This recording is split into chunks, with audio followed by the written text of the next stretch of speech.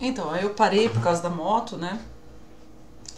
E aí eu parei de vez o vídeo. Então eu vou dividir essas aulas em 1, 2, 3, de meia em meia hora eu vou parando para vocês darem uma descansada também. Mas prometo ser mais rápida agora. Então a gente estava falando que ela faz muita referência ao interior, ela fala o tempo todo, né? Sobre alimentação, sobre formas de se colocar, a mesa, o conversar, o respeito, né? Então essa referência ao interior tem bastante, né? Quais eram os hábitos, os costumes de se viver a vida, né? O que era interessante, as brincadeiras. Então ela vai citando esses hábitos, esses costumes interioranos. E aí ela também apresenta essa sociedade não consumista que faz parte do século XIX. Como eu havia citado no vídeo 1, aqui a gente tem, por exemplo, aquela questão da roupa que não pode ser gasta, né? Tem até trechos que falam lá no livro assim, você não pode dormir com a sua roupa. Você não pode dormir de roupa, porque gasta a roupa. Então, olha só. Vovó tem um ditado bem ruim para nós que temos de aguentá-lo. Porque ela é essa menina que bate de frente. Bate de frente não como a gente imagina hoje, mas ela se questiona o tempo todo, né? Ela não perde o respeito em relação à avó, jamais. Ela diz sempre, remenda teu pano que durará 1 ano. Remenda outra vez que durará 1 mês. Ontem eu estava com meu vestido branco, que tem me durado muito, já rasgado. Como a mãe está na Santa Bárbara, eu aproveitei, rasguei-o ainda mais e mostrei à vovó para ter pretexto de não ir com Dindinha jantar na casa do tio Geraldo e ganhar outro. Ela veio com ditado, cozeu o vestido todo e eu tive de sair com o vestido cozido nas rendas. Cozido quer dizer costurado. Como eu não gosto de ir jantar em casa de meu tio e já estava bem engereiçada de ser obrigada a acompanhar Dindinha, não me incomodei de ir com as rendas todas recozidas. Também dei prazer aos primos ricos que gostam de me ver mal vestida. De outra vez, vovó não vai me pilhar para fazer vestido velho ou aturar 1 ano e depois 1 mês. Então, mostra claramente essa ideia de uma sociedade não consumista, porque não fazia parte, não era assim, não tinha essa facilidade que nós temos hoje, né? Tudo bem, você pode ver que ela não se ajusta a essa sociedade, mas vamos continuar aqui. Nesse período que foi produzida essa obra, a maioria dos livros tentavam apresentar as cidades grandes, os grandes centros, os centros urbanos, Rio de Janeiro, né? No momento em que essa obra foi escrita. O que a Helena faz pra gente? Ela traz os lugares remotos, os lugares distantes, né? E às vezes ela cita outros lugarejos que não só Diamantina, né? Mas mesmo assim são interioranos, são os Brasis que nós não conhecemos. E mesmo hoje, século XXI, a gente não conhece muita coisa do Brasil. Então, o que a gente percebe, né? A gente percebe que existe para os moradores de Diamantina aquele posicionamento de que Rio de Janeiro é melhor, né? O Rio de Janeiro é melhor, né? E aí a gente tem dois contrastes de novo, né? 2 elementos contraditórios. A gente tem os moradores da cidade de Diamantina e como eles a veem, e a gente tem o Rio de Janeiro, que é o grande centro, né? Tem que lembrar que nesse período nós não tínhamos Brasília, né? Nesse período nós tínhamos Rio de Janeiro como capital do Brasil. Então eu peguei 2 trechinhos que mostram Diamantina como sendo uma cidade esquecida. Meu pai hoje ficou, como todos da cidade, muito satisfeito com a posse do Prudente de Moraes, presidente. Foi uma alegria na cidade quando chegou o telegrama e todos festejaram como se fosse coisa nossa. Coisa nossa, mas era uma coisa nossa, né? Porque o Brasil é de todos os brasileiros. Mas é que para mostrar como o nosso Brasil nesse período ele era esquecido, ele só tinham lugares específicos de serem lembrados. Nordeste, Minas, Norte, Sul eram lugares esquecidos. Lembrava-se apenas de certas regiões do Sudeste.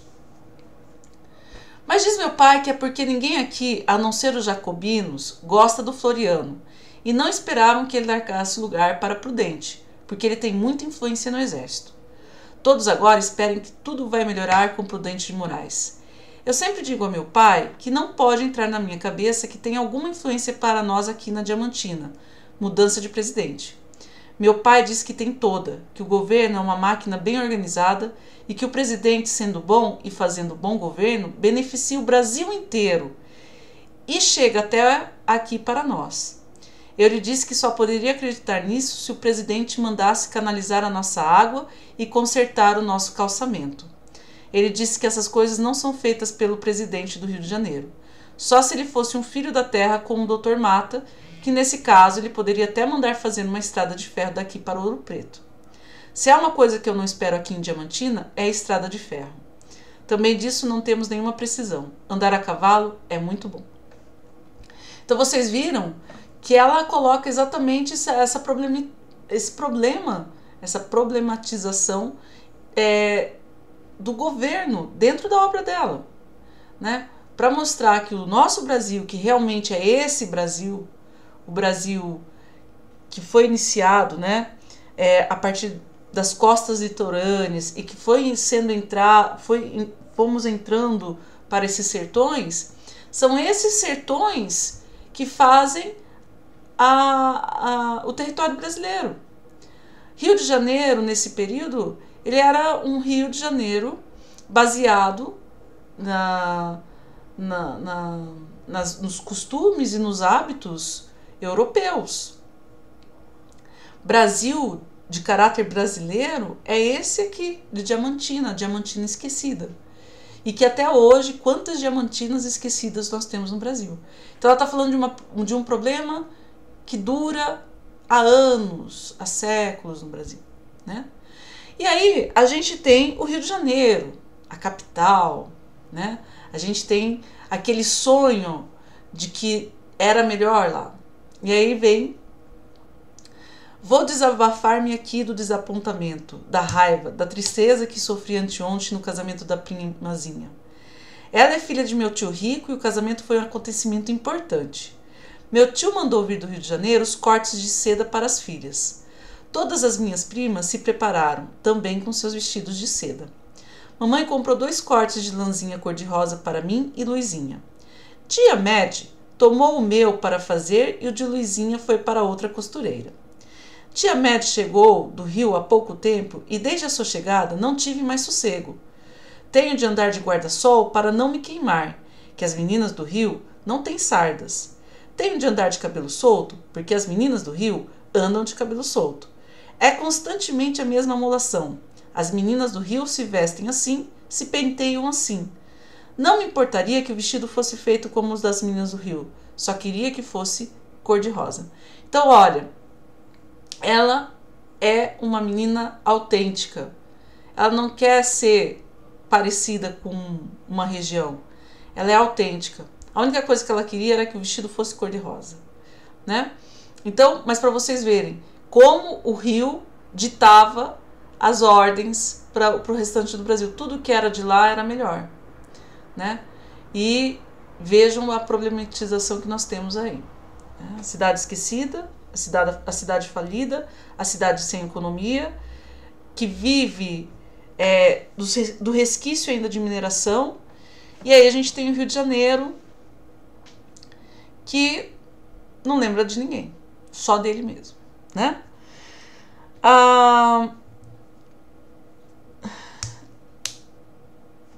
Vamos agora falar sobre as formas de sociabilização, tá? Formas de sociabilização. A gente tem aí a família como sendo o centro dessa sociabilização. É ali que os personagens fazem as relações acontecerem, as relações sociais. É pela família que o fulano conhece o ciclano, o beltrano conhece o fulano e assim por diante, né? A gente tem como centralizador dessa família a figura centralizadora, a figura da avó. Porque é a avó que, de certa forma, por ser a matriarca, por ser a que tem o resquício do dinheiro, né, da riqueza, é ela que traz todos os elementos familiares para próximo, e é ali que se estabelece, lá na chácara, que é o local principal. Se vocês pegarem e escreverem no PDF chácara, vocês vão encontrar várias referências, várias vezes a palavra chácara, porque sempre está acontecendo alguma coisa na chácara da avó, né? E é por meio de algo tão como é que eu posso dizer, privado, né? Porque é privado, o que está dentro dessa chácara, ela é algo privado, é algo que só faz parte para aquele grupo. É a partir desse grupo que se estabelece o público. Então, é do privado que você acaba estabelecendo relações com o público, com o que é de fora, né? Então, na chácara da avó, a gente tem os tios, as tias, os primos, as primas, os agregados, os ex-escravos, as pessoas próximas, né? Então, o íntimo estabelece-se o público, né? E dentro da chácara da avó acontece uma coisa muito mais interessante, que aí é a cereja do bolo, vamos dizer assim, que é o marco principal. É onde acontecem as festas, né? É onde a felicidade e a alegria contagia. Então, por isso que a chácara é o local centralizador dessa sociabilidade, né? Porque, obviamente, para se arcar com festas, precisava-se ter dinheiro, né? E não é o que acontecia se não fosse fora da chácara da avó, né? Então, eu quero que vocês vejam como há uma interação entre a sociabilização, a religião, tudo está interligado, a economia. Por quê?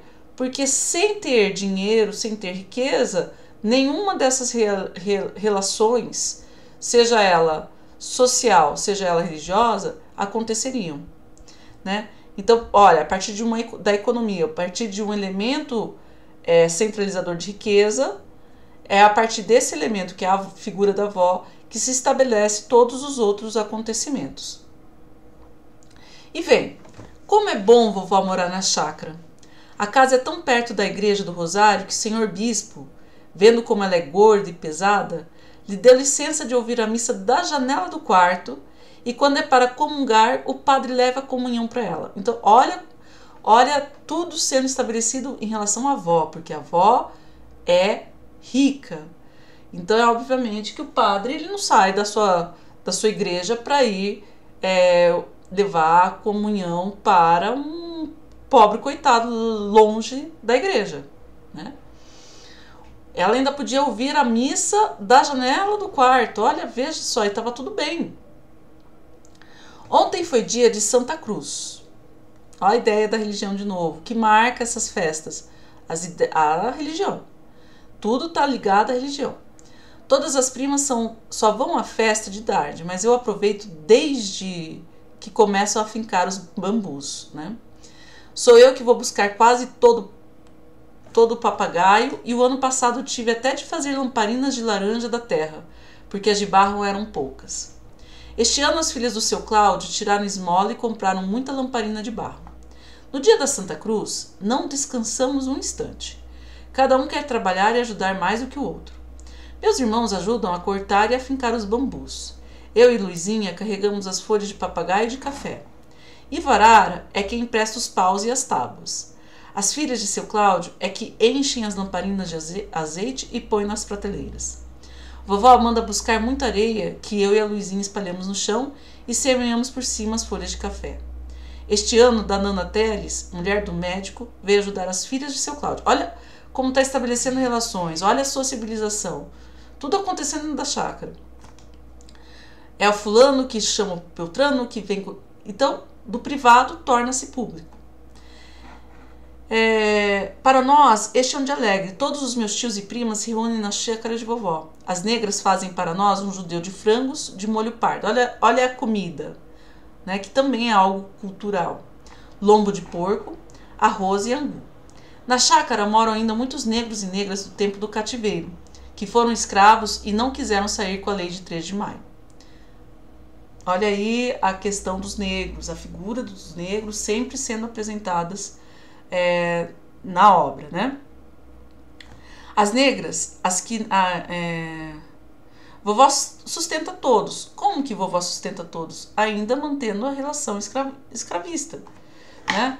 A vovó, obviamente, não paga salário para eles. A vovó oferece comida, oferece casa. Em troca do quê? De trabalho, né? Só Tomé é que vovó mandou embora, porque disse que a feiticeira estava aprontando. Andressa com um chá de raízes para ela casar com ele. As negras, as que não bebem, são muito boas. E para terem seus cobres, tá vendo? Elas não recebem salário da avó. Para terem seus cobres, ou seja, para receberem um dinheirinho, fazem pastel de angu, sonhos e carajés para as festas de igreja e para a porta do teatro. É a forma que elas conseguem ganhar um dinheirinho. Vovó compra delas muitas dessas coisas e nós comemos a noite inteira. O dia pior para mim é o dia seguinte a qualquer festa. Mamãe é que tem pena de mim, porque diz que eu não vou ser feliz com esse gênio de querer aproveitar tudo. Que a vida é de sofrimentos. Mas eu é que não serei tola de fazer de uma vida tão boa uma vida de sofrimentos. Por quê? Aqui a gente tem uma visão da Helena de que ela é hedonista. O que é hedonista? Ela quer viver a vida cultivando o prazer o tempo todo. Ela quer tirar de qualquer situação que ela viva um prazer, né? Então, é outro aspecto que está sempre sendo observado e que sempre vem alguém falar para ela, mas isso é errado, não é assim que a gente vive por causa dessa situação religiosa que nós temos tão arraigada, tão carregada nessa obra, né? Ela é hedonista. Marca bem essa palavra aí, hedonista, tá? A gente tem, então, tudo acontecendo, essas interações sociais acontecendo por meio da religião, das procissões, né? A gente tem também a figura, o sentimento do medo, né? Aqui, olha, é extraordinária a imagem, o que ela constrói, acho que é bem no finalzinho aqui, peraí. A ideia do medo.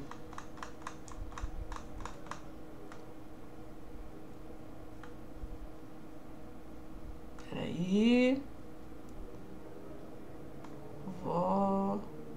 Aqui, ó.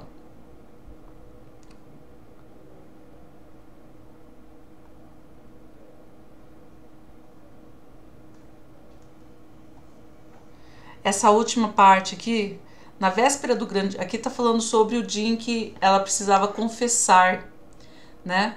E antes disso o padre veio... E ela achava o padre muito feio. E ela não queria falar isso na hora da confissão, né? E aí vem assim, ó. Hoje, domingo, com esta chuva de Boa Vista, que não para mais, estou me lembrando com saudades da minha primeira comunhão. Depois de um ano de estudo do catecismo, Padre Neves comunicou às meninas que estávamos preparadas para a primeira comunhão, que devia realizar-se dentro de um mês. Recebi a notícia com alvoroço e avisei a mamãe, que se pôs logo a fazer os preparativos. Vestido branco, comprido, véu, grinalda, vela de cera enfeitada. Era um momento único, né? Eu não sei como está hoje a primeira comunhão, mas era o momento de consagração da família. A criança conseguir fazer essa primeira comunhão. Depois a crisma, né? Na véspera do grande dia, Padre Neves reuniu as alunas na igreja. e postou-se por trás das grades do peão para confessá-las. As meninas iam ajoelhando de lado de fora, confessando e retirando-se. Chegou a minha vez e ajoelhei, já com a lista de pecados decorada. Gula, inveja, luxúria, desejo de ter bonitos vestidos, roubar frutas na chácara da minha avó, falar da vida alheia. Contei tudo, rezei o ato de contrição, mas saí do confessionário com um preguinho na consciência. Vovó tinha em casa muitas vezes escravos contadores de histórias da carocha, histórias de almas de outro mundo e de pecados que levam ao purgatório e ao inferno. Olha, gente, olha como a ideia do medo é para limitar a pessoa a não fazer coisas erradas. De certa forma, molda o caráter também do personagem, né?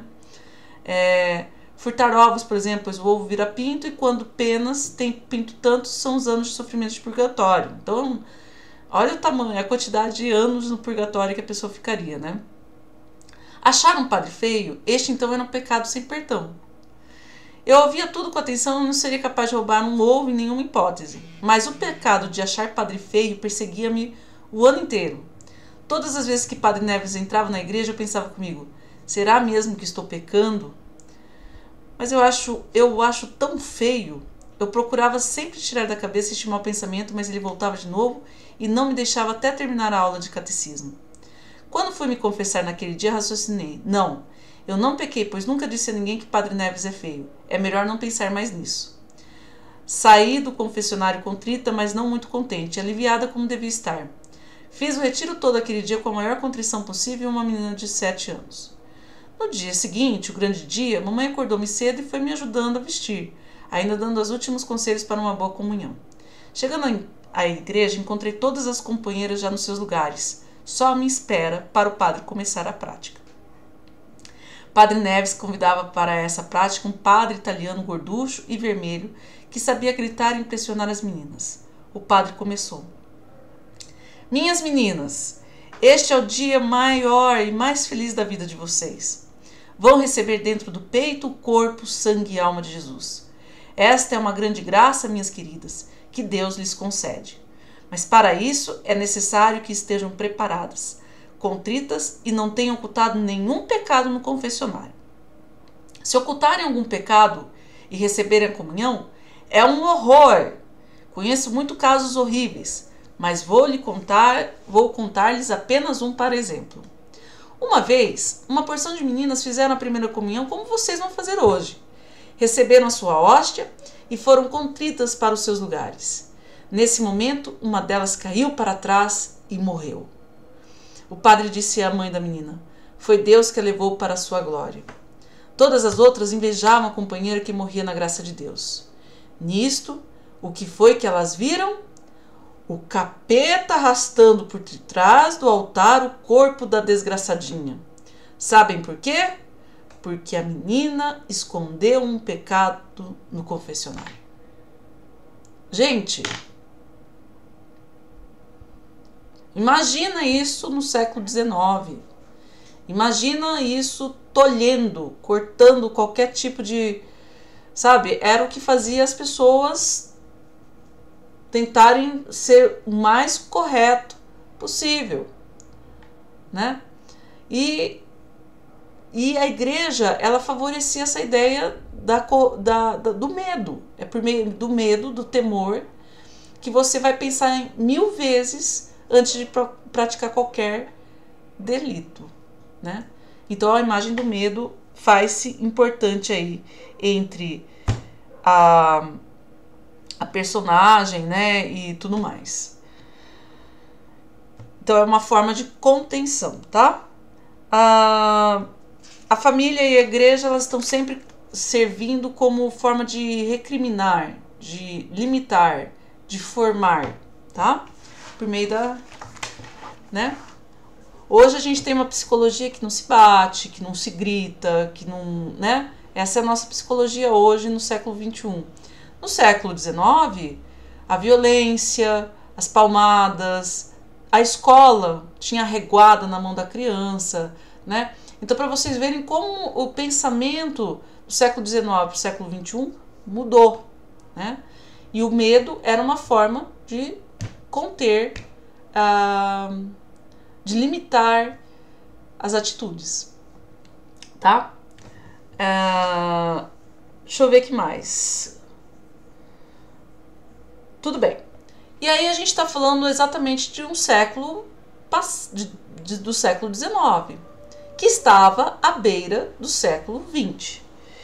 E esses valores retrógrados, né, que a religião também traz bastante como força nesse livro, a gente tem também elementos modernos, elementos muito modernos para a época, e que causavam, o que será que causa? Choque, causa espanto, né? Então a gente tem, por exemplo, na figura do primo Leontino, essa modernidade. Leontino estava sempre trazendo novidades, não só ele, como alguma outra família rica da cidade, né? E aí, então assim, a gente tem muitos elementos retrógrados na obra, marcados principalmente pela religiosidade, mas a gente também tem os elementos da modernidade chegando à cidade de Diamantina. Não com furor, não de forma latente, não de forma rápida e espontânea, mas vindo aos pouquinhos. Então, por exemplo, peguei dois elementos aí que são da modernidade, que estão ali no século XX. O telégrafo, né? Leontino veio nos convidar para irmos assistir a inauguração do telégrafo que eles fizeram em casa, e que tia Aurélia esperava a mamãe e a família toda com muito carajé, chocolate e sequilhos. Fomos todos e Didinha também. Ficamos, a metade das pessoas, na sala de visitas e a outra metade na sala de jantar, no fim do corredor, que é muito comprido. Os da sala passavam um telegrama para os de lá, de dentro, e a resposta era escrita com os risquinhos, que a Piana ia fazendo numa tira de papel que Sérgio lia e estava certinho. Dindinha, mamãe e as tias ficavam de boca aberta de ver como eles passavam direito, como se fosse no telégrafo. Então, ó a boca aberta, ó a questão do espanto. Energia e sorvete. Houve também no jantar uma novidade que seu Guerra preparou para caçoar comigo, como é costume dele. Veio na sobremesa um copo com doce bonito dentro. Eu encho a colher e ponho na boca. Tomei um susto e todos caíram na gargalhada. É uma coisa que aconteceria a qualquer um, pois nenhum de nós conhecia. Chama-se sorvete e é feito de gelo. Depois disso veio ainda outra invenção de choque elétrico. Todos davam a mão e um segurava numa máquina. Laurindo, olha o perigo, mas era importante porque estava se mostrando já a questão da energia, né? Surgindo no mundo. Laurindo e seu Guerra seguraram minha mão de cada lado e não largaram, apesar de meus gritos, enquanto Inhá não levantou de seu lugar e fez parar a máquina. Nunca vi casa para ter tanta novidade e tanta gente má como ali. Porque choque, né? Eles inventam tudo o que podem para judiar comigo e com Elvira. Mas eu gosto tanto de tudo lá, é tão diferente das outras casas. Por quê? Porque traz essa coisa espantosa da modernidade, né? E ainda traz a ideia do darwinismo, né? Que é a evolução, que começa a quebrar os conceitos religiosos, né? Até então acreditava-se que Deus, que nós viemos realmente de Adão e Eva, né? E tudo mais. E de repente vem Darwin falar que não era bem assim. E aí ela fala, numa conversa com o Padre Neves, ela fala sobre o darwinismo, mas foi porque o primo dela contou para ela. Olha lá. Padre Neves me disse outro dia, quando eu lhe contei que um primo me havia dito que o homem vem do macaco, que é um grande pecado ouvir essas coisas. Eu não tinha visto na história sagrada a história de Adão e Eva? Eu calei. Mas se Padre Neves conhecesse o macaco que tem aqui na vizinhança, até ele era capaz de acreditar. Esse macaco é mais inteligente do que muitos meninos que eu conheço. Então, ela começa a expor dentro da obra dela elementos da modernidade, elementos das discussões, dos pensamentos que estavam naquele momento da história em que foi escrito essa obra, tá? A gente vai ver que ela fala preto, ela fala alguns termos que para nós seriam racismo, Mas a gente tem que lembrar que essa obra, toda obra, ela está contextualizada, toda obra ela faz parte de um momento da história. E no caso, Minha Vida de Menina, ela foi escrita entre 1893 e 1895. A menina escreveu. Então a gente tem aí aquele que eu falei para vocês, a libertação dos escravos aconteceu em 1888. Então não dá para julgar uma obra como sendo racista, pois ela está apresentando para gente aquele momento, inclusive o pensamento da época, né? E aí a gente tem o negro de 3 formas apresentadas na obra da Helena, né? A gente tem os negros agregados, que estão à deriva com a avó, que ainda estão no sistema de escravidão. Lembra lá da cena da festa, né? Elas vivem lá na chácara, trabalhando de graça para a avó, e o que elas conseguem adquirir é com um trabalho extra. A avó não paga. Então, é esse negro que ainda está ali. Depois a gente tem os miseráveis, aqueles que passam fome, necessidade e que estão sempre passando perto das casas pedindo algum tipo de esmola. E a gente ainda tem os negros desequilibrados, né? A gente tem que lembrar que cada negro passou por alguma situação na história de vida dele. Então, eu peguei aqui um trecho. Nossa, cadê? Acho que tá aqui, ó. Houve agora na chácara uma coisa que nunca tinha acontecido. Uma negra chamada Magna casou com um negro africano chamado Maynard. Ela é muito esperta. Não quis que ele ficasse no fundo da horta na preguiça, como vivia, e arranjou um rancho no Arraial dos Forros para os dois. Ela se empregava nas casas para cozinhar e mandava Maynard trabalhar para os outros. Ele apanhava estrume para vender para as hortas, dava barris de água de manhã e de tarde, ia buscar areia na almotolia para as pessoas quando lavavam as casas, buscava palha nos ranchos e assim iam vivendo. E essa parte da história da negra Magna e do Maynard é assustadora. Ela era totalmente desequilibrada. Ela batia violentamente. O Maynard, ele não tinha força suficiente e ela era extremamente violenta com ele, até que um dia quase o matou, né? Ela foi parar na prisão, mas aí a avó foi lá e ajudou a tirar a Magna da cadeia. Mas a Magna, ela tem essa estrutura de um desequilíbrio, né, comportamental. Então, assim, dentro da obra Minha Vida de Menina, a gente tem as imagens, as figuras dos negros em 3 aspectos. Os negros agregados, aqueles que estão vivendo junto com a avó, lá na chácara da avó, mas que continuam no sistema de escravidão. A gente tem os miseráveis que já não aceitaram fazer esse papel, mas estão passando por necessidades subhumanas. E nós também temos algumas histórias de negros desequilibrados, né? A gente... Deixa eu ver que horas são. Tá. Eu vou parar esse segundo vídeo e vou fazer um terceiro vídeo, tá? Porque agora a gente vai dar finalização para essa obra. Na sua casa você vai se organizando para entender essa obra, tá bom? Como é que você vai fazer com cada vídeo. Vou fazer agora o terceiro. Até!